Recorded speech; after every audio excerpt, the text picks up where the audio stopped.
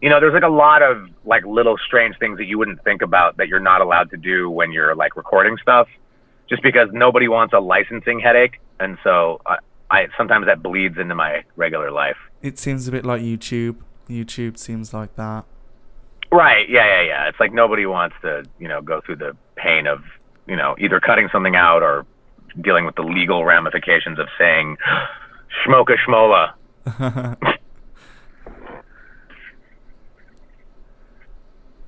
Right, okie dokie. We shall start the game. Let's do it. The game. We shall. So, who would you marry, slay, or befriend? Sylvanas, would you marry, slay, or befriend?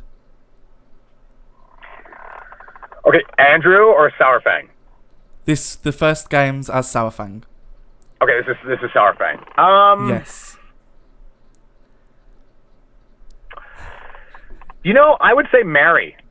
Quite a controversial one, this one, isn't it? Oh, I'm sure. Yeah, but that's the thing, though, isn't it? I mean, okay, so you know, like kindergarten, it's always like the little person who's like, you know, like twisting the knife is always the person who actually likes you, really, and is just you know, too insecure to actually say their feelings. So like maybe this entire, you know, many campaigns and this entire experience has basically just been Sylvanas' inability to, you know, to let her true feelings be known. Mm-hmm. You know, you know, there's a yin and yang duplicitousness to relationships that I think are very valuable. So you know, I'd marry her. Plus, I saw some cosplay of her at Blizzcon this year, and she comes off quite fetching. Oh, how was BlizzCon anyway? Was I've heard Patty Mattson's take on it. How was your take? I have to say, it was one of the most incredible experiences I've ever had. I haven't gone to a lot. I've been invited to conventions and I haven't been able to go in the past. And so this is really like the first one that I both attended and, you know, participated in. And I have to tell you, Rhys, it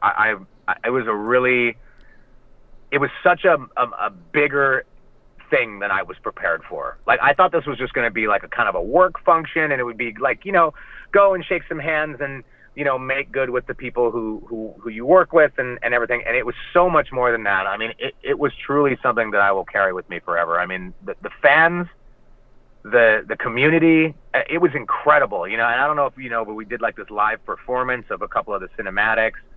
And which I was scared of, man, really scared. I don't come from like a theater background necessarily, and this was massive. I mean, this was like, you know, this is basically like performing at a Metallica concert. You did really well. I remember watching that, actually. You did really, really well. Everyone did well, actually, but you did really well. Everybody did well, and it was really well received. I mean, it's one of those things that, like, you know, I mean, I was afraid it could go either way, but I just kind of trusted our director in that way, and it was really special, man. I'm a big softie when it comes to kind of seeing how things affect people, and again, I wasn't prepared for it. It was great. It was a phenomenal weekend. Really cool. Okay, so next character: marry, slay, or befriend Jaina Proudmoore. Jaina. I'm gonna say befriend. All right. Okay. Any particular reason why? Mostly because I don't know enough of the backstory to commit to either of the other two. The other two seem really kind of, you know, really, we're going for the long con on those ones.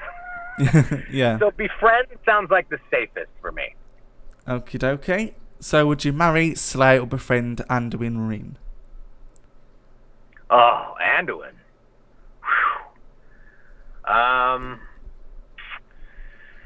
Yikes. That's tough. I'm gonna say marry as well. You'd marry Anduin. Any particular reason why? How do you feel like his character? I feel like we have a tremendous energy together. You know. Yeah. I think that we've been through a lot, and I feel like there's a lot of mutual understanding there. And I think that you know, it's kind of one of those things that you know, you didn't realize that it was right in front of you the whole time. You know. Yeah. See, you did see their But bond growing. yeah, there's a huge bond there, and he lets me. He lets me out. He's able to see through my mistakes. I'm able to see through my resentments. I mean, people that can elicit that out of you, I mean, those are keepers. Oh, that's great. So I don't know if you'd know this character, but would you marry, slay, or befriend Alex Straza? All right, hold on. I'm gonna do some research on this. Alex Straza. I'll just give you a little brief overview. It saves Final Fantasy. No, this is still World of Warcraft. Oh. All right. Give me some backstory then. So. Oh, I see. Okay. Yeah, she's the See, I don't know much about her as well, but I like the character in Wrath of the Lich King. So she's like a dragon and things like that. My World of Warcraft knowledge is kind of not as good as the fans, extreme fans, anyway. But yeah, she's a really nice character. She's very loving and things like that. She like guards Azeroth and stuff like that. Oh man, I'm looking at her right now. I'm gonna say, God, I'm so easy. I'm gonna say Mary. Mary. Wonderful. Yeah, here's the thing for a big orc. At the end of the day, I think we all want, a little tenderness at the end of the day. And there's someone who's like a caretaker and looks over things and protects things. I mean, I think that's a big attractor. So marry, slay, befriend Tyrande Whisperwind. She's the leader of the Night Elves. All right, I'm gonna need to.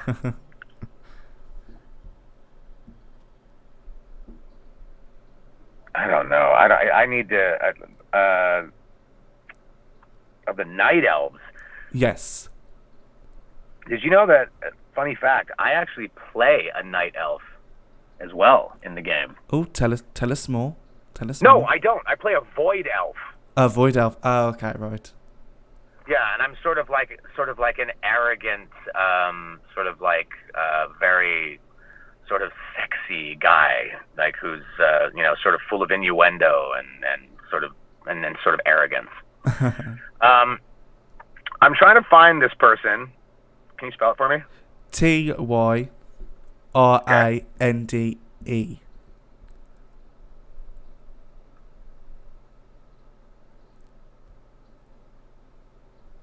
Just Tyrande.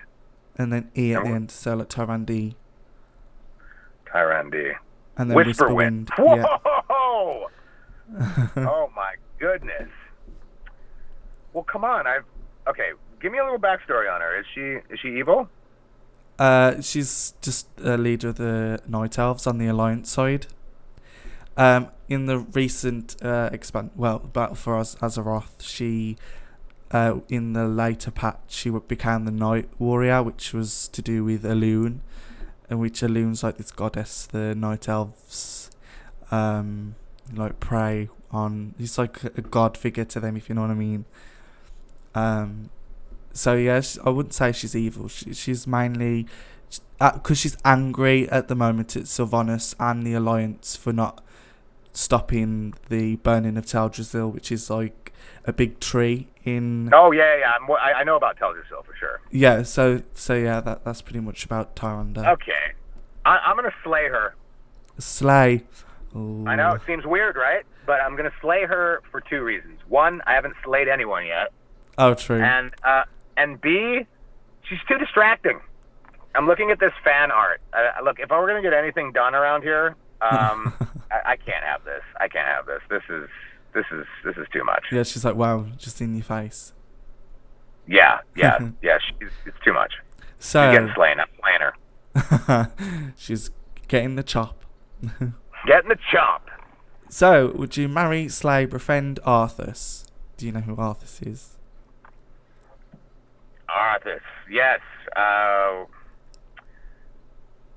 I do, because we discuss him, Arthas and Dalen, in one of our things. Okay, so I'm a very strongly visual guy, so I need to get eyes on this guy. What do I need to know about him? Well, you need to know that he's pure evil. Is he? Ooh, is he the Lich King? Yes, he was the Lich King before Balvar.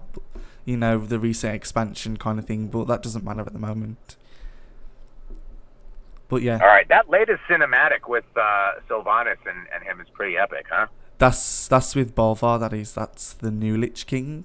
That's the new Lich King. Okay. Yeah. Well, he's not a Lich King anymore because he's got his. He had his helmet. Yeah, because he was killed. He was killed in that moment, right? I'm not. Oh no, I don't think so. I think he's still. We don't know. We don't know, right? Yeah, I don't think that might. Don't worry. I couldn't. To all the fans out there, I couldn't spoil even if I wanted to, because they don't tell me anything. No, they don't tell. I presume they don't tell anyone anything, do they? Patty Mattson was saying that. All right. Arthas. You know what? I'm gonna say befriend. You're going to befriend Arthas? Yeah, I don't want to slay him because I think it might be tough. but I just feel like I need to keep this guy around. Yeah. Oh yeah. I just want to keep him near. Wow, there is a World of Warcraft Sylvanas Windrunner Archery Queen PVC action figure. Anybody can look that up. It is really something. Wow. I think Patty Mattson's got a statue of that. I remember she showing me. It is really racy. Wow. It does look really good. So, last but not least on the segment 1 of this game, marry, slay, or befriend Deathwing. All right. Let me get eyes. Stand by. Okay.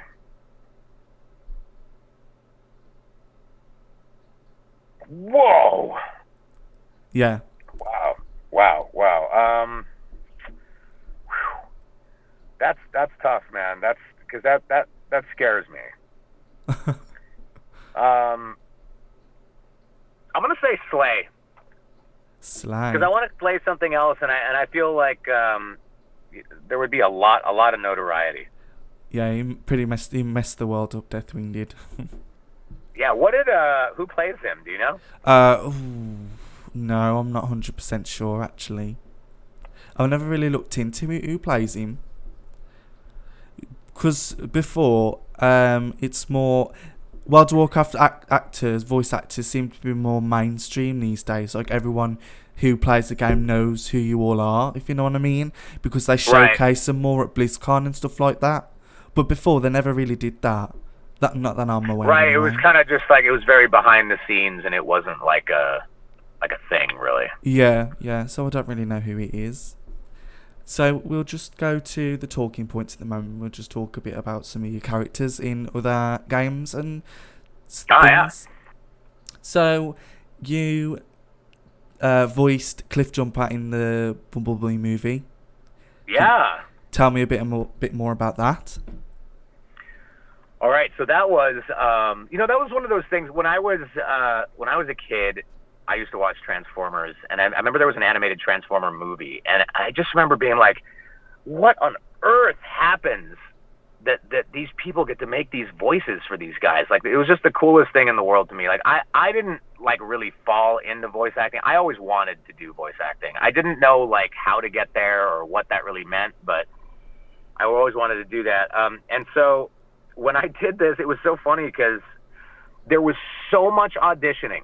And there was so much callbacking for anybody who doesn't. I mean, I'm sure everybody knows what a callback is, but it's like when they're whittling down the actor process to figure out who they're going to cast. A callback is something like they've gotten through like a couple of rounds and you've made it to the next round, kind of sort of a thing, and you have to come and read it all again in front of people. And then if you do well at that, then you get kicked up the ladder to even more important people, and then eventually you get the job, and all of a sudden it's really fast and furious. Like there's not a lot of prep, and the director is only available for a small amount of time.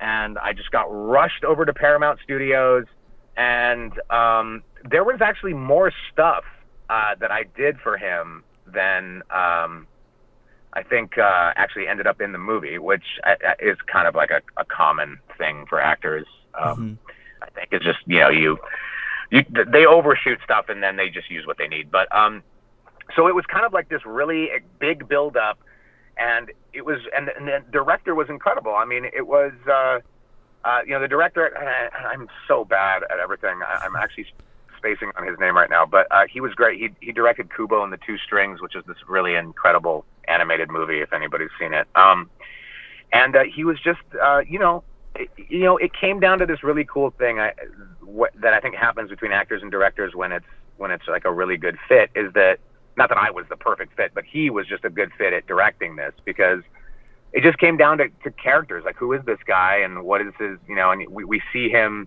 sort of in the throes of like his last moments on the moon. And so you just kind of get thrown into becoming this thing all of a sudden, and there's limited time and you just need to be like really on point doing it. And I did it, and the director loved it, and I did a couple more takes of it, and we did some other stuff, and then boom, it was done. And I was just like shot out the back of Paramount. It was like, great, you're in a Transformer movie. Now get out of here. We'll validate your parking. So they quickly like dismissed you then. I was like, yeah, that's it. You've done what you need to do. Go away. Yeah, exactly. Which is so funny, because I always thought like, like, I don't know what I thought when I was a kid. Like, maybe we'd loll about in the south of France with the director, like getting to know each other, or something. And then maybe we'll shoot some stuff. Maybe we won't. We'll just see what happens, But, schedules are kind of crazy. And, this is, it was called Brighton Falls for the longest time. Everything is code named, so you never really know what you're doing. And so but everybody kind of knew it was a new Transformer thing, obviously. Like, they couldn't hide that, when you read it. And I read for just about every single character. I mean, I think Optimus Prime and a couple other ones were, those are the only ones that are spoken for. Every Transformer movie, everybody's up for grabs again for some reason. They don't really stick with the same actors playing the same Transformers all the time, except for the main ones. Actually, what's funny is another thing I did that day is they were trying to find a voice for Bumblebee, and they had this idea that he would have many different voices, like as if you were cycling through a radio, and I think I'm also one of Bumblebee's voices in that movie too, just for a second, because he takes on many different voices at times. Oh, right. Oh, that's really interesting. I've seen the movie, but it's quite blurry to me, so I don't really remember him still having that radio voice. I thought he had an original voice at first, but I think that was at the beginning, wasn't it? Was it? Yeah. Well, Bumblebee has a voice, I feel like in some of the earlier Transformer movies that actually in the timeline occurred later, right? Because this was like an origin story for Bumblebee. So this was like his first showing up to Earth, and he hadn't like absorbed enough of human culture yet to have a voice or to know what that was. And I think that's kind of what I think the director played with, was like the only thing he can do is he listens to sort of the pop culture at the time, and like I think we even like played with this idea that I would do a Yoda voice for him for a little bit, as if like he's seen Star Wars, and so he's like okay, maybe I'll do that, like do that, I will, yeah, like maybe thinking that would be a good voice for it. And I don't even know if they use that. I'm embarrassed to say I haven't watched the whole thing all the way through. Like a classic narcissist actor, I only skipped to my part to see how it came out. I think everyone does that, don't they? Every voice actor. Yeah, well, I mean, there's a lot of like John Cena running around in the woods with a kid, and ain't nobody got time for that. So we'll go to our next talking point, and that is Mortal Kombat 11 as Collector. Can you tell me a bit more about that? The Collector, man, that's a funny one. So I played Mortal Kombat when it came out on the Sega Genesis. I thought it was just the coolest game on earth, and so it was really neat to get involved in that. And I didn't, again, and it's one of those things where they don't really tell you what it is until you kind of have the role, and then they let you know, which I think is cool. And I've said this in interviews before. I think that like a lot of actors complain about not being told what the project is or what they're doing. And I get that because I guess they want transparency, and mostly because if it's a bigger franchise, you can ask for more money. It kind of helps you in the bargaining process, because if you're like, oh, if this is some little grassroots game, you're like, all right, well, we'll work with them. But if you find out that it's like this big monolith, you're going to be like, no, I'm going to put the screws to them. So I think that's why they do it. But I like not knowing, because I feel like the cachet that comes along with an entity like Mortal Kombat is I would start thinking about Mortal Kombat. I would start thinking about what they've liked in the past, and I think it would affect what I did. But instead, for the collector, well, all I got was I got this cool art. Sometimes we're lucky enough to get these really great art renderings of what, sort of the preliminary idea of what the characters will be. And this version was he was this kind of, I don't even know, he had this sort of devilish pumpkin-like face, shrouded in a hood with no nose. And he had these multiple arms, and he was carrying what could only be described as one of those frankincense holders that Catholic priests have on a chain that they swing along, as they come up the aisle. It's sort of like that blessing. And I just thought that was the weirdest thing. And they didn't really have any breakdown of what they wanted for this guy, but they did explain that he was sort of a creature, and he was sort of a, kind of like the muscle that was shaking down people for, he was he was kind of like the Merchant of Venice in that way. He was after his pound of flesh. And so that's all I knew. And so I, every once in a while, you're lucky enough to just make the noise with your face that that they really liked, and they liked it right out the gate. And so I kind of made him, right in here, sort of this Middle Eastern accent, and sort of this bestial kind of feeling to his voice. And they dug it, and NetherRealm was really cool. About kind of developing him and fitting him into the space. It's tough. It's tough when you are a new character in an already beloved or maligned game, because everybody loves the classic characters, and people always talk about come on guys, do something new, but then you do something new and everyone's like, terrible. And there was a lot of leaks with that game, and it was kind of interesting. I kind of trolled around online a little bit, kind of looking, because someone had leaked some beta play footage or something like that, and someone had locked on that someone's character's code name was KOL. And so people, it was funny to read, everybody was kind of thinking oh, this might be this might be that, maybe this is, it's code name for someone. I mean, people were really getting into what this could be. And then, I don't know, are you a big fan of the game? I haven't played the game, no. But I was looking at your IMDb page, and I have played a couple of Mortal Kombat games, but I don't think I've played this Mortal Kombat 11 yet. But I have played the Mortal Kombat games. I played it with my cousin. I can't remember which one. Right. Well, my only question was if you liked the character. I mean, I think he had some. I mean, it comes down to how original is his story, how cool is his look, and then, but more importantly, what sort of really unique, violent moves can this guy bring to the space? And I think he delivered on that. There's haters gonna hate, but I think overall it was cool. So yeah, I mean, it was a really fun process. I actually just did some DLC for that. So there will be more collector coming to a Mortal Kombat near you soon. Oh, that sounds very, very interesting, and I might have a look. Probably just got myself fired for saying that. Oh, I hope you don't. We'll cut this out. No, I'm kidding. It's fine. I mean, everybody knows that I play that guy, and everybody knows that content gets added. It's fine. Oh, that's completely fine. I was gonna say, this is live. Yeah, people do make those mistakes. There's no editing it. We can't edit it. It's out there. No. So next talking point is the Outer Worlds. And your character is Sanjar Nandi. I don't know if I pronounced that right. I think that's perfect. Oh, is it? Oh, that's great. That's great. So, can you tell me a bit more about that character then? What was your experiences with this character? All right, so that was a really interesting one. And I want to apologize to everybody. There is a lot of stuff that I've done lately that is not on IMDb. Like, you're kind of locked out as an actor. So I always forget like what's up there and what's not. So I guess that's up there. That's cool. Yeah. So yeah, so that is directed by a great woman named Amanda Wyatt, who is like, she is this phenomenal human being who is such a great director, and she directed me on Call of Duty as well.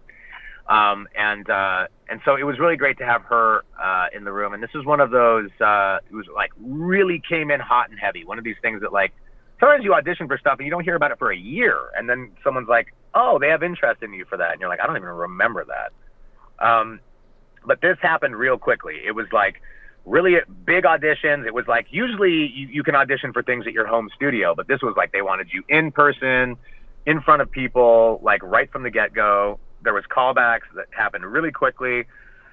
And I have to say, it was kind of intimidating, this character, because it's a real departure from like what I have done in games and animation. Like, I'm kind of a character actor, so, and I feel like while that's fun, and I think I'm pretty good at it, it is a crutch, admittedly. I mean, you can really hide behind like a baddie, or like a, sort of like just the evil and everything that goes along with being a bad guy, who, especially if he's like a partial creature, like there's just a lot to dig into there. But this guy was like this sort of middle-aged, born to Indian parents of Indian descent, but not necessarily, they did not want like an Apu type character, very sensitive about that, like not wanting to make him any way stereotypical. And he's, I think he's an LGBTQ character. I don't know if I don't know how they make him come off in the game, but that was discussed. He is that, certainly, which is awesome, because I've never had like the opportunity to take on that layer, and I think it's just great that that's being woven into games, as it should be and should have always been. But and but that's intimidating too, because that's that's so I'm not a creature, I'm not a baddie, and I'm just it's a very different kind of guy for me, and so like I have sort of this high pitched voice, and as if maybe I had been educated in the UK a little bit, but hadn't spent all my time there.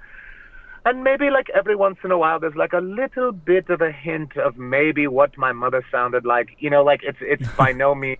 And to do so, I mean, there was thousands of lines for this guy. Really? And they wanted to do it in short order. I mean, we did a lot of stuff in a row. It was really hot and heavy, and the game came out really quickly, which after the sessions, which is sort of, for me, I had an experience that usually it takes forever. Like I mean, you'll do something and years later it'll come out. So this, and I'm really, this was the first time, I'll say, the Outer Worlds, big up to the Outer Worlds and everybody who produced it, because they're the first people in my career who ever offered me a copy of the game. Really? Yeah, that never happens.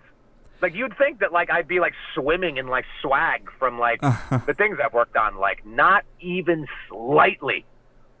Like, I know, I always had this fantasy that, like, my home studio would be, like, just like, overflowing with all this like cool, like, regalia of like, all the characters I'd played. Like, no, like if I want anything from anything, I had to go out and buy it, but they were so I actually haven't got the game yet, but they just asked me what platform I wanted it on. And so I'm really excited to play it. It was really challenging to play this guy. And I'm actually playing another character that's more just me. It's basically my persona, basically, in the Fallout universe, and which is fun, because I don't know if I'm leaving my creaturey like sort of beginnings behind, and people are kind of like taking me more seriously now. I don't know what it is, but they're like, this guy doesn't have to be a 25,000-year-old dragon. Maybe he can just be some guy, The Outer Worlds is incredibly unique, and if anyone has played it, I've heard really cool things about it. Yeah, I mean, it's just a testament to kind of where games are going. They're really into character development now. When I started doing games, it was just shouting. We just shouted. It was just shouting orders. Like that's all it was. It was like some of those early like Command and Conquer generals and like these games where it was just yelling in battle, battle yells. And now I love that there's a lot of care taken into kind of crafting scenes and story. So the Outer World was was a really unique experience for that. See, The Outer Worlds is a very popular game. Like, I haven't played it myself, but it was all over Twitter. I was like, whoa, this game. And then when I was looking at your IMDb to do some research so I understand a bit more about you, and you said The Outer Worlds was on there, and I was like, oh, this is like a big role as well as World of Warcraft and the Bumblebee movie. Do you remember your very first role? Absolutely. Well, my first role, okay, like period in life or in a game? In a game. Okay, it's so funny that you would ask that because I just mentioned the name of the game. So I had like a big break, like not on purpose, not my choice, break from acting. When I moved to LA, I basically like graduated high school and like moved to LA. I was just like, I don't know what I'm going to do. I just want to get out there and be a part of it, this was back when EA Games was like a big force. And I immediately, one of the first things I booked in like the early 2000s was the Command and Conquer series. And this was before there was like union rules. And so you played like, there was no limit to how long they could work you. There was no limit to how many characters you'd play. And I played tons for Command and Conquer Generals, which was like, I don't even know like if anybody knows about that game anymore, but at the time it was a big deal. And I played a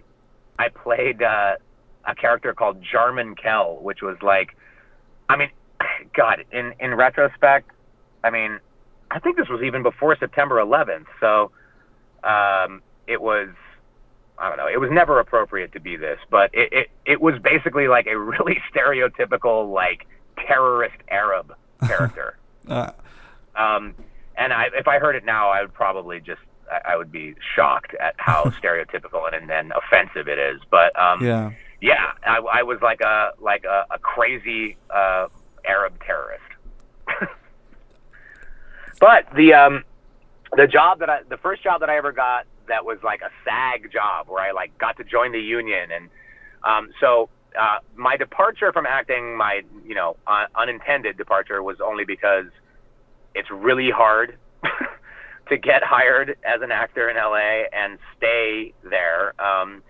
And I think you have ups and downs, and basically in the early 2000s it was really expensive to make your own home studio, and so I was like, well, I'm barely acting, I'm super poor, I need to like figure out something else. So I took an internship at a sound company, like a post-production sound company, which actually became a job that I did. I worked in sound for many years while I was like still trying to, do the acting thing. And I was like, well, look, I'll put myself in a place where there's studios, where there's microphones, where there's directors, where there's people, and, I'll learn another trade, and hopefully I'll have exposure to, be able to do this other thing I want to do. And sure enough, it wasn't too long after I started there that I worked with this great director named Claudio, who was directing Hollow Man 2, which was the Christian Slater based follow-up to Hollow Man 1.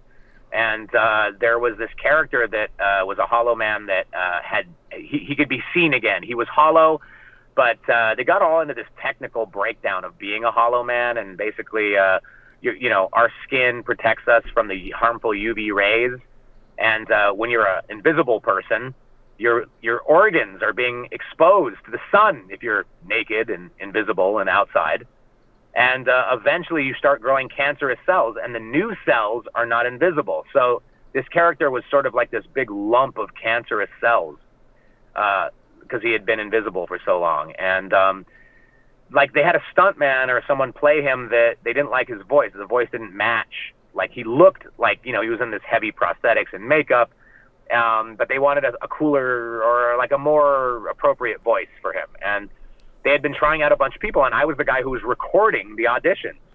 And I didn't realize I was doing this, but while we were doing it, I kind of had memorized the script because so many people had come through, and I was mouthing along in sync with the character with this voice that I was doing. I don't remember what voice it was, but the director just kind of like pulled me aside afterward, and he was like, are you an actor? And I was like, oh, I've done some things I kind of want to be. And he was like, I want you to try to revoice this character. He's like, the thing you were doing in there while the other actor was doing it was better. I like it.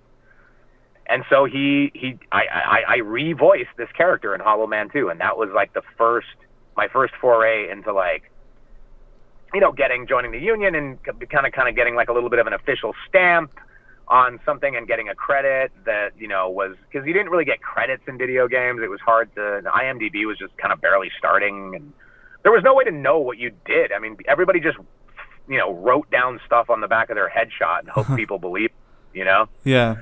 So yeah, it was cool. Yeah, so those were kind of like my first two little characters that I played. Yeah, one was like a cancer-riddled tumor man, and one was a horribly stereotypical Arab terrorist. So you never know who you meet. Like he says, you met like a director, and then you was able to, well, you were sitting in with a director or something, and then you was able to get your book first role, and then that created like these doors for even better, bigger roles, and you're still going now, aren't you? And you're probably gonna have even more bigger roles in the future. Hopefully, yeah. I mean, you know, it's so funny, you know, you get these opportunities, and that, you know, the little person in you that has heard these Hollywood stories is like, oh my God, that's my big break. Here we go. It's, you know, it's time to get a lick of the brass ring, you know, like from humble beginnings, you know. But it was like, I think I got that role, and then it would be like 5 years before I'd work as an actor again. You know, like it was like, you know, I was like, here we go, you know, like wheels up on Andrew's little acting career. And, but yeah, I mean, I think, you know, if you had told me how long the timeline would be when I was like 18 and really like green and excited, it probably would have been really daunting. Like, then it'd be like, well, you might make it, but it's going to be at least 2 decades before you'll know, kid. I'd be like, oh, gosh, I'm just going to be a waiter, you know? Oh. But, yeah, so, but you're right. I mean, slowly but surely, that was like a thing that became another thing that became another thing. And you start to kind of cobble together relationships, and, you know, hopefully you don't irritate anybody, and you kind of have good word of mouth about you. And, you know, you start to build a resume that people have either seen or heard of, and, you know, then it starts to become, you know, things start to come a little more readily once you have been in things, which is nice. You know, work gets work. So, but, you know, it could all go away at any minute, Rhys. Never take it for granted. It's like this ripple effect. I think it's the same with any media job these days. It's like it's that progression of, well, it depends, because these YouTubers who are like really popular and things like that, they could probably get into any gig because of their popularity. Like I know some YouTubers who have gone into acting. I don't personally know them, but they've gone into acting because they're reputable and everyone knows who they are. And I feel like when I do my podcast, I feel like sometimes like I sit there and because I've got really bad mental health issues, and I sit there and I'm looking at myself in the mirror and I'm like, ew, what are you? And then it's like sometimes it is difficult to like try and progress, and there's always this like pressure, especially here in the UK, to get like a normal 9-to-5 job, like either working in a bar or at a desk or anything like that. And it's like it's really stressful, and I'm like, I want to get into either presenting, radio, or what I'm doing now, podcasting. Yeah, I mean, you know, here the good news is it's a brave new world, and new roles and new jobs are like flourishing. I mean, I think like humanity kind of hit like a big plane there from like, you know, the 1950s through the 90s, you know, where it was just like, yeah, it was like get a 9-to-5, you know, like go to college, get in a, get like a small degree, enough to like get you into some sort of cubicle and then just like hammer it out till retirement, you know? I think the YouTubers thing, I mean, you know, as a person who's done a lot of acting stuff at this point, like there is a little bit of like a, you know, like just, you know, like people getting acting roles just for being famous, you know, without like a lot of the craft background. You know, I think a lot of people are resentful of that. But I mean, at the same time, I mean, from the business standpoint, it just makes sense. I mean, people want clicks, people want views, you know, and, you know, that's a thing for, you know, and that's, you know, you mentioned like that I don't really have a Twitter presence, you know, like if there's anything I need work on, it's my social media and online presence. Like I just missed it by a hair where I personally cannot seem to cultivate a lot of interest personally in doing it, but I completely understand its value. Yeah. You know, like I really do. I mean, like, cause there's all these horror stories that you hear about, like, you know, great actors getting passed over for like a person who's not an actor but has more followers, you know, because like, you know, Disney, I heard this thing about Disney, that Disney, you know, like will absolutely go with a less experienced actor if they have more followers. You know, and so there's like this mad rush that like actors did there for like a little bit there and are still doing, I'm sure, where it's just like they feel like the only foothold they're going to have is getting followers, you know, because then if people feel like they have a built-in audience with somebody, then that's, you know, they just like get little dollar signs in their eyes. And, you know, I mean, but I think it will wane and it will change. And, you know, I think you're doing the right thing though. I mean, it's, you know, like never before have people, and by the way, sitting down and looking at yourself in the mirror and going, ugh, that is not a you thing, dude. That is an every human on earth thing, whether they care to admit it or not. Yeah. You know, I mean, Lord knows I have done that and I still do that. I mean, I am so incredibly hard on myself, and I have kids now. I have 2 little kids, and, you know, it's so hard to parse out like your own damage and just make sure you try to get as little of it on your kids as possible. You know, you just want to give them a shot at just being okay with who they are. And I have girls too, and you know, like being a little girl and the things that sort of females are faced with now, both in the workplace and everything. It's you know, it's daunting, and I feel very unequipped to help them sometimes, because I'm like, I don't know what I'm doing. Like, how am I supposed to like write the operating system for these 2 little human beings when like I'm barely like getting it myself, you know? Yeah. Me and my auntie was on about this the other day. I had my cup of tea, and she was talking about how these girls at work are like all plastic surgery, and they're all on about getting these big bums and stuff like that. And it is like there's just this pressure these days to look this certain way all the time and to be successful in social media and stuff like that. It is quite shitty.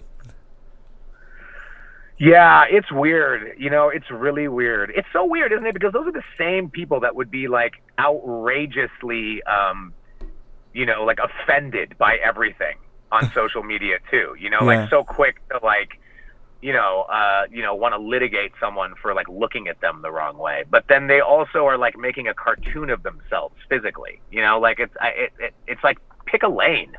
You know. Yeah. You know what I mean? True. Like I really it's scary, and you know, it's always it's a chosen few. I mean, I think that there is an inherent desire that people just want to be liked, and they just want attention, and Lord knows we all do. I think that's a normal thing, right? I mean, we want to be accepted. We want to feel like we belong. I think we want to feel like we're important. We want to feel like we're heard. But I feel like there's these versions of it, especially with kids who have kind of grown up in this sort of like, you know, on-demand environment where, you know, everything is sort of these like really fast, you know, quick delivery, you know, get as many likes as possible, like this sort of like quick, get that little dopamine hit in your brain from like, you know, people liking what you do or whatever that is. It kind of creates, I don't know, it's gotta, I mean, there's gotta be some strange brain function happening, you know, like I look at my little girls are on TikTok, you know, and they love it. I mean, they love it to the point that it's like unhealthy feeling, you know, And at the end of the day, they're just looking at people that are cutting together little videos and doing things, but like they already they've already placed this value on hearts and likes, and even though it doesn't really mean anything, like it's kind of staggering, kind of where society is at this point with that stuff. But I don't know. I mean, but then again, like, I'm in my late 30s now. I mean, people were saying like, Elvis is the devil, like not so long ago. I mean, like maybe I'm just being that guy, like I'm just, like I think every generation that precedes yours makes no sense. Yeah. And like you will too. Like you're what, in your early 20s? 21. Yeah, okay. Like, the kids that are 20 years behind you, all of a sudden you're going to reach a point in 10 or 15 years from now where you go like, I don't know what's wrong with these kids. Like you'll say that, even though you just were those kids like a second ago. It's bizarre. So we're going to go on to some World of Warcraft type questions now about your role with Saurfang. Get it. So, what made you go for the role of Saurfang? Is there something that you connected with when Blizzard like talked about his character or anything like that? Wow. I wish that I had selected that. That was kind of the luck of the draw on that one. Once again, it was one of these things that I didn't know who I was reading for, and I didn't know what it was for. All I did was I read that Blizzard is really good about breakdowns. Like, they give you really good art. They give you really useful information. Like some games, they give you like tons of backstory. Like, wet his bed until he was 6. But then you get to the script and it's like, hey, come here, you over there. Hey, wait a minute. You're like, why did I need all this backstory to have like a couple, very generic, call outs. But they're really good at balancing kind of who explaining who characters are. And I think that delivery system really helps actors kind of get to the core of what this was. But so, I think I got in the door because I was able to do this deep, cool sounding voice. I think that got me in the door. And then once they worked with me a little bit on the callbacks and kind of figured out that, oh, maybe, there's more to him than just like this big, deep voice that he can do. I think they gave me a shot at trying to develop this character, which had been this guy had been a part of the world for a really long time, but they just hadn't gone that deep on who he was. At least they didn't push him to the front of anything as much. Like he always had a backstory, and his brother and his son and his father and all that was intact, but he hadn't really been put into the limelight yet. And I think Andrea Toyas is the director, and she was the wonderful woman who was on stage with us when we did the reenactment stuff at BlizzCon. And she is like a really gifted human being in the way that she is able to, it's really weird. You go to a lot of voiceover session, you don't have the luxury of dressing up like the role, and you don't have the luxury of getting on a set and, facing off with other human or characters that are equally, dressed up in the garb or the look. So it leaves a lot to the imagination, and I grew up in the middle of nowhere in New Mexico. I had no TV until the 90s. So I think that I was, even though at the time I hated my parents for that, because I felt like why did they raise me like this weird country hippie? But what it did was it made me have to have an imagination. I spent the first 13 years of my life just imagining what things would be like rather than actually seeing it. I wasn't fed anything. I had books and I had my little mind. And so when they started explaining to me who this character was, I think I was lucky enough because of that experience to have a little bit more of a readily accessible idea of who this guy might be. And I've always said this weird thing too. I say it to my wife. I always said I got to do this acting thing because I wasn't really made for this time. I always felt I always thought I just felt like I would be better off swinging a cudgel on a battlefield 600 years ago. I mean, not that I'm a violent person, but I just I'm more of a meat and potatoes human in that way, which is ironic because I'm actually a vegan. But You know what the saying is, right? Like, like I would rather be faced with like, protecting and getting water and like shelter. Like these are things that like I would excel at, not like, like how do I tag someone in like a post, these are things. That's why I'm like all confounded with those, with like technology in that way sometimes, because I'm just like, I just have a simpler approach to things. And this is very much who this guy was. I mean, he has this fierce loyalty, but he's made these incredible amount of mistakes. I really related to that. I got into a lot of trouble when I was younger. My coming to Los Angeles to become an actor was like a Hail Mary to basically not go to jail or join the military. I mean, those were pretty much my options. And I decided, like, I'm going to go to California and try this out. I got into a lot of trouble. Got in with the wrong crowd when I was younger. And so I had a lot of that, like, I have a lot of I relate a lot to making mistakes and sort of, atoning for them and trying to be better, trying to, rather than, abandon your past, to look it squarely in the face, see it for the problems that it was, take ownership of your part in that, and try to see what can be salvaged out of the thing that you're doing that is probably greater than you.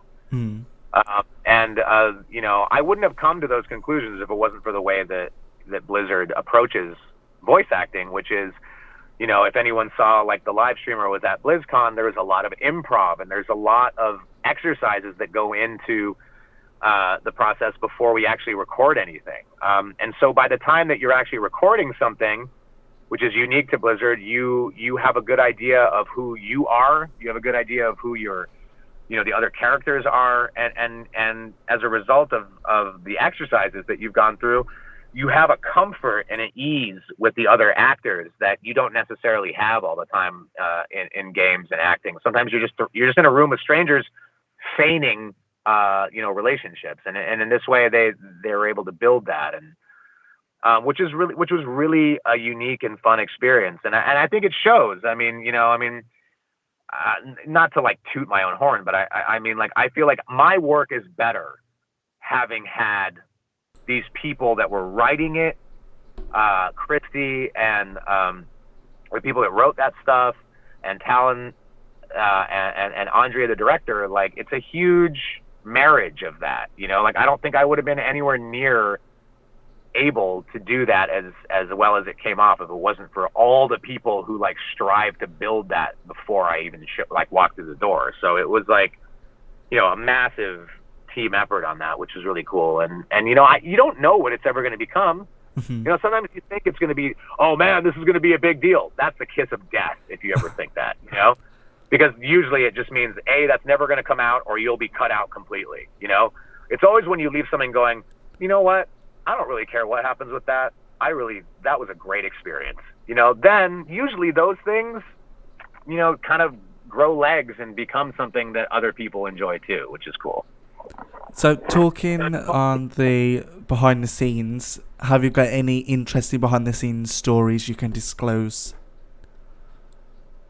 Oh man. You mean like, you mean like with like other actors and things? Yeah, like, when you're recording, have you got any banter or anything like that? You know what I mean? Not like secrets or anything like that. You know what I mean? Right. Yeah. No. I mean, well, that process, you get really close with people, kind of right out the gate that that you otherwise wouldn't have really known before, and you're kind of forced to like share a lot about yourself like right away in the acting process. And so there is kind of a shorthand that you get with people, I mean, because I don't, you work in a bubble as a voice actor a lot, and so you're not always, there's like a lot of like backstory things that probably aren't appropriate for like, airing other people's business out there. But, with the Blizzard stuff is unique because you work a lot with the other actors, which, because of schedules and because of timelines, most of your work is done by yourself in a room with all the directors and stuff, but you just do your side of it, you know, and people tell you like, okay, so this character is going to say this to you, and then you say, and then you read your script, you know. And so a lot of it is done by yourself in a bubble. But you know, what was really funny, I think, is when you're able to get so comfortable with your character that you can stop being in the world that's created for it. And I think people saw some of this stuff, the improv stuff that they played with Chris Mattson, who was, you know, one of the founders of Blizzard and plays Thrall. Yeah. You know, getting to know this guy who is like this incredibly talented and funny guy, even though he'd be the first to tell you like, I'm not a voice actor. I don't do that. I'm a dork, and that's primarily what I do. What I am, you know. He's actually really good at it. You know, he's one of those people who wouldn't give himself credit for it, but he's a really talented dude. And you know, we joked a lot about like, wouldn't it be great if Thrall and Saurfang had a podcast? Yeah. You know, but it was contemporary. Like we were just talking about. You know, oh man, this impeachment hearing. Are you kidding me? You know, like just kind of, you know, just we would just discuss, you know, current events or something like that. You know, so I mean, you know, I don't know about behind the scenes stuff really that I could say without like outing somebody's privateness. Yeah. I don't want to be that guy. I'm so bad at that too. By the way, like I am like. You know, I still have that kind of like sad clown thing where I'm just like, if I'm like a people pleaser. If someone's like, tell me a story, I'm like, all right, this could totally destroy someone's life, but I want people to like me right now, so here goes. Oh no. Yeah, be careful. So, do you think Saurfang was a strong character? Yeah, I do think he was a strong character. You know, I think that we all kind of wrestle with our mortality a lot. I know I do. You know, I've always kind of had an unhealthy sort of fixation on the, you know, death, which is like a very metal side of me. But I'm sure that like when faced with the actual thing, like I'll probably be really scared. But for some reason, I really identify with the honorable death idea, you know, and you know, I have to say, as a father, you don't really get that anymore. You know, once you become a father, and you know, Saurfang lost his son, which is like a huge source of his pain, and I think it's a huge source of, you know, what makes him, you know, feel the hopelessness that he feels in the end. You know, it's so weird when you make another creature like yourself. You know, when you procreate. You know, you don't know what you're doing, but there is an animalistic thing that happens inside of you that causes you to be so concerned and so protective over something that you don't even understand at all. You know, you know, I think that was very much alive in him. I think he was an extremely strong character in that, you know, I don't think strength is always, you know, being a great warrior. I think strength is being able to be honest about where you've been wrong.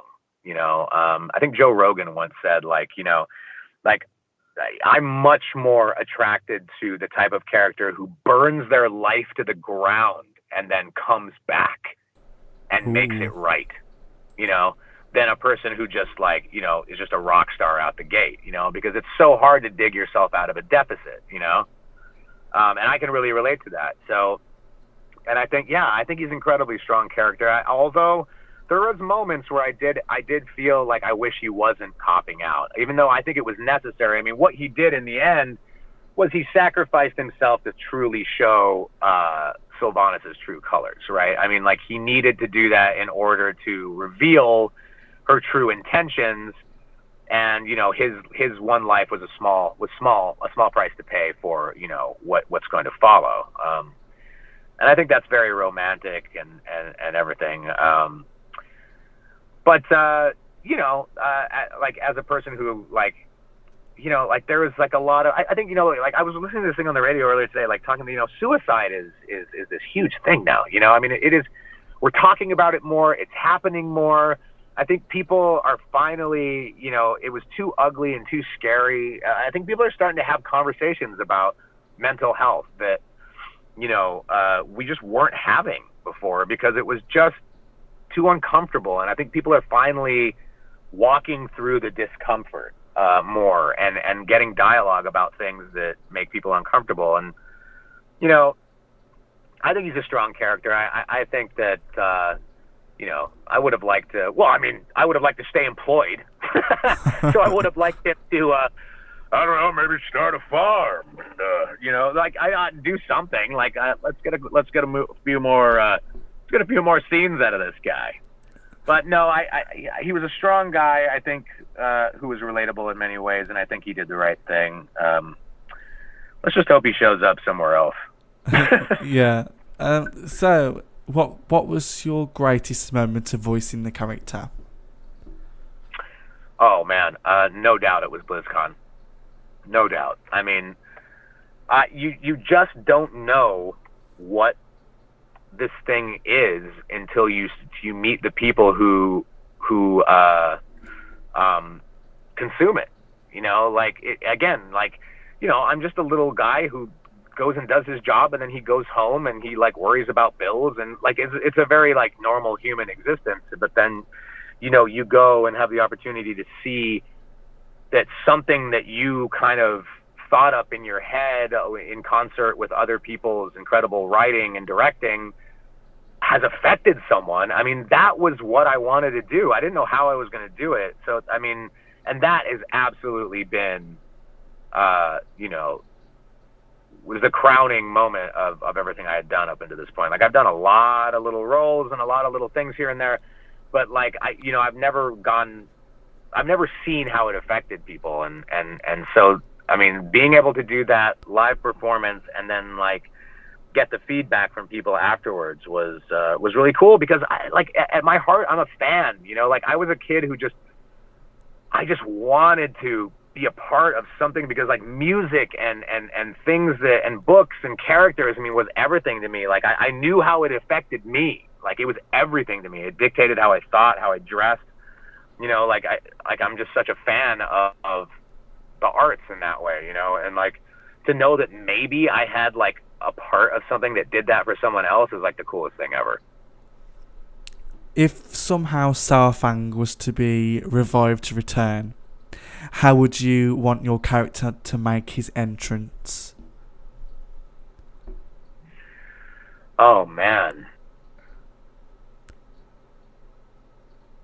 I don't know, like my initial, I'm all like fanfare. So like, I imagine him like, riding a lightning bolt, like right down into the center of Azeroth and like creating a crater. But I mean, realistically, like I would like his character to be like some kind of, I don't know, like a Jiminy Cricket type character, like who kind of like, like he could be like Zappy Boy's conscience. Mm. He can kind of be like the voice that echoes through the ages of like, let's not make the same mistakes again, kind of a thing. Let's be better. Like we're all like growing. We're all raising young ones. We're all, participating and trying to dig ourselves out of like whatever mess we've placed ourselves in.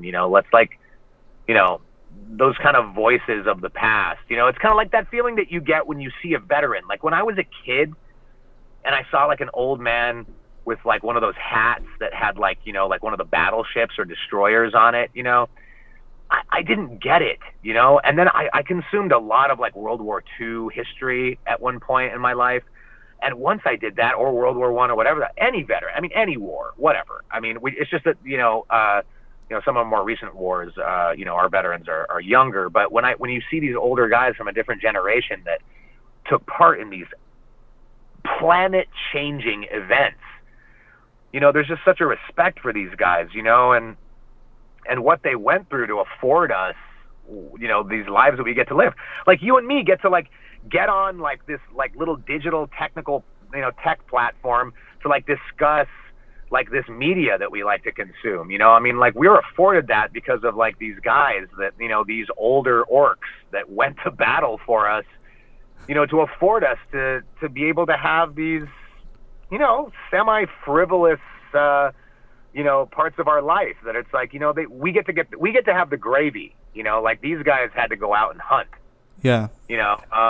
And I think that like that's kind of the Saurfang character for me is like, like a respectable voice of reason and guidance for like, the new war chiefs of tomorrow or whatever that might look like.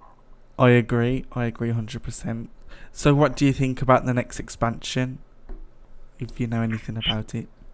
Shadowlands? Yes, Shadowlands, yeah. I know nothing. I'm sure it's going to be great. I hope, I got a lot of questions about Saurfang existence in the Shadowlands and how, like, just given, like, the way that things track in the Warcraft world, that it would be, very likely that he could, he could live on in that setting, which would be awesome. I of course I haven't been told anything about that, and it could very well not be. But if he could participate in that, that'd be awesome. But I mean, apart from that, I don't really I don't know enough. I keep it's all at arm's length for me because it's so hard to get a crash course on that. Yeah. Like you start to read like the Warcraft wiki page, it's basically like, I mean, I can't even imagine. Like, there's not a big enough thing that's happened on Earth. Like, I don't know. It would be like coming in like the last episode of Game of Thrones, if Game of Thrones was like a 15-year experience, and being like, so what's going on here then, eh? Like, I mean, which is basically what I did. And everyone's like, oh my gosh, where do I begin? So yeah, I don't know that I can speak to that. I need to have like Taryn or one of like these people who like know the lore next to me all the time to answer those sort of questions. The best person, if you want to learn about World of Warcraft's lore, is to watch these lore people on YouTube. That's how I like know so much about it. Like Noble and people like that, they create lore videos. Oh, cool. Well, I need a comprehensive like footnotes of like a chronological start to where we are now, because I think like whenever people start to explain things to me, they start like digressing down because there's just so much. It's just so massive. It's so funny. My parents are in town. They came to visit me. My mom is from the UK actually, and my father's from Hawaii, and they're getting a little older now, and they just do not get what I do for a living. Like they never have, and they really don't understand it. But God bless them. They paid for the virtual ticket and watched the Blizzcon panel. And so for the first time in their life, they got a little look or maybe a little more understanding as to what I do. And not that that's very representative of it, because I certainly am not at conventions, like, reenacting cinematics very often. So that might have been kind of an anomaly. But it did prompt them to have like questions that were more appropriate now. Like he's kind of like, my dad wants to understand like what Warcraft is and what and like how the community works and how does the world grow. And I don't have all the answers for that, but it's like in explaining it, it was basically like, even though it's war based at times, it is a utopian society in the sense that like this is where people can go to be themselves and they can become heroes or they can become villains. And it's an ever-expanding universe that, where you get to sort of become the hero that I don't think this planet and this society allows for anymore. Yeah. And kind of explaining that to him was cool. I was just talking to him about it last night. I don't know if anybody watched the, I don't remember what it was. Maybe it was a Shadowlands thing, but Taryn talked about how his mother, Taryn's one of the writers, how his mom started playing Warcraft and she had like a brain disease where she lost a lot of cognitive ability, and she basically got like Warcrafted back to health by her guild. Like they walked her back through all the things that they had done and redid stuff with her, and she got her hand-eye coordination back as a result of it, and is basically fully recovered now. You know, I think that is like the most beautiful story of like kind of what this thing can be. You know, it's pretty incredible. It's not always bad then, is it? Because World of Warcraft used to be this, like my mom used to like explain it like, oh, don't play World of Warcraft so much because you'll end up like your father. And why? What's wrong with your father? Well, I don't want to talk about my father on stream, like publicly, because I think some of my family will watch this back, and I really don't want to talk about my father, so I won't really say anything. Oh, fair enough. I just meant like, did he get is he like, did he get Warcrafted into a vegetative state? Basically, yeah. That's incredible. So, who was your favourite person to work with? In you're voicing the character, like, I don't know, maybe, did you voice with any other people like Patty Mattson or Laura Post? In the Warcraft world? Yeah. Yeah. So Patty is incredible. Patty and Josh are incredible. Chris is incredible. You know, they're the guy that played Zappy Boy. I can't remember his name for some reason. He was wonderful. He has this wonderful name too. God, I can't. I only met him the once. You know, again, I only got you know, a little bit of exposure to these guys, and Josh is incredible. Patty is just such a class act. I mean, she's just from like another era, man. She is so cool. I palled around with her at Blizzcon, and she really kind of showed me the ropes. She is a endlessly talented and wonderful person. I mean, if I had to pick a favorite, though, it would be Chris Mattson, though, only because there was this thing that happened between us immediately. We were like, you know, Thrall and Saurfang are these brother type characters, you know. Yeah. And for some reason, me and that guy clicked like that, you know? Like, we don't have a relationship outside of the game. Like, I don't, like, text him or call him or anything. But when we get in a room together, it's like we've always hung out, you know? And I think ultimately this stuff comes down to human relationships. And if you get to go to work or go anywhere in life and you get to, like, hang out with and conversate with a person who you truly admire and enjoy just because of, like, who they are, like, I mean, that's a real gift, you know? I mean, you know, I did a lot of weird jobs, a lot of odd things in life where I did not go home at the end of the day and feel super pumped about anything I did or anything I experienced. And, you know, getting to do that with him was really cool. That's where, like, you know, you get a takeaway that you didn't see coming, which is just like you had like a cool human relationship with another human that you wouldn't have known otherwise, you know? And so I would say Chris. Oh, lovely. See, you could definitely do a Thrall and Saurfang podcast. That would be really interesting. Well, I would love to do that. I don't think he has any interest, you know. So it would be like, I mean, but that might be funny. It would be funny for me, like, you know, like in that same way where it's like Saurfang trying to convince Thrall to come back and join the Horde and fight again. It would just be basically Saurfang trying to convince Thrall to do a podcast. Yeah, that's like... you know, you don't see it now, but like the people are hungry for it. It's going to be great. We could get sponsors, you know, whatever, you know, MailChimp. They're great, you know. To finish off the interview, I was going to ask you to do some lines of Saurfang. Just say out anything you want in Saurfang's voice just to finish off this interview. Certainly. Anything in particular? No, go for anything. Anything you want to say. All right. Sylvanas Windrunner!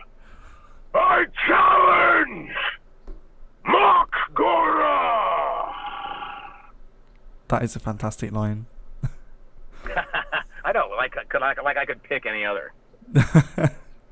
It's like Patty Mattson and her For the Horde screaming thing that everyone loves. That's how we know your character. These like lines, and like we're like, oh, that's Saurfang and Andrew Morgado who did that amazing scream, or Patty Mattson who did For the Horde.